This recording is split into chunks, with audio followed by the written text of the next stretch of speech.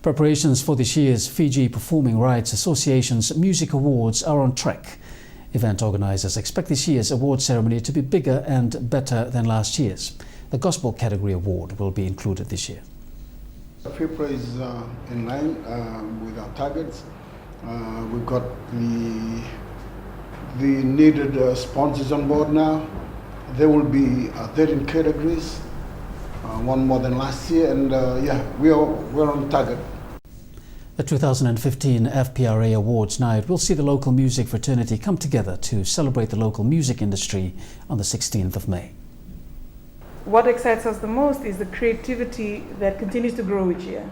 From last year alone, coming forward to this year, seeing the 5 videos that are up for the award this year, it's amazing what our young people are doing. Yeah, so I think that people are a lot more appreciative of local music, and we want to put out the message that you can be appreciative, but you can also support the industry.